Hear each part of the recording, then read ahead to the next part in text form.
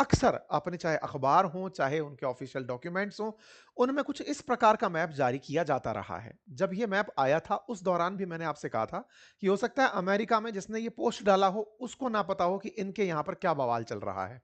तो जो मैप उसको उपलब्ध दिखा, वो उसने डाल दिया। लेकिन जब उनके ध्यान में डाला गया ये वाली बात कि भाई ये बवाल वाला काम कर दिया है, तो हो सकता है उस पोस्ट को डिलीट मार दिया गया हो। ये वो वाली बात होती है कि जिस डिपार्टमेंट को ये काम दिया गया था कि तुम ये पोस्ट करो, उसने वो चीज़ पोस्ट कर दी थी। ये भी एक तरीका हो सकता है।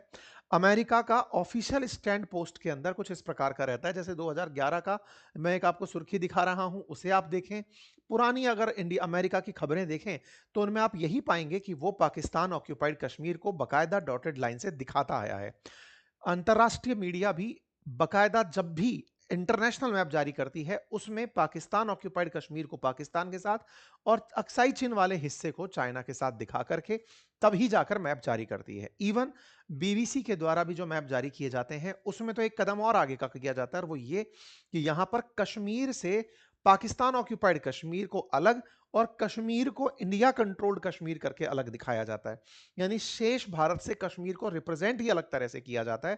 अंतरराष्ट्रीय मीडिया में इस प्रकार के रिप्रेजेंटेशंस काफी व्याप्त हैं। जहां तक बात हो यूएन की, तो यूएन के अंदर दुनिया का जो मैप डला है, अगर आप उसे जूम करके देखेंगे, तो उस मैप में भी भारत के इस मैप को बकायदा कश्मीर के मैप को डॉटेड लाइन से दिखाया गया है, शेष भारत से कश्मीर को डॉटेड लाइन से सेपरेट, और उस कश्मीर में भी डॉटेड लाइन लगा करके अगर आप देखें इसे गहराई से, तो इस तरह से डॉटेड लाइन लगा करके पीओके को अलग और यहां पर अक्साई चिन्ह को बिल्कुल अलग दिखाया गया है। ऐसा क्यों है?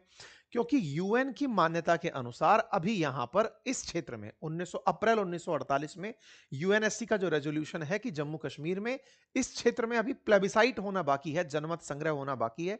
ये जम्मू कश्मीर तय करेगा कि उसे भारत के साथ रहना है या पाकिस्तान के साथ।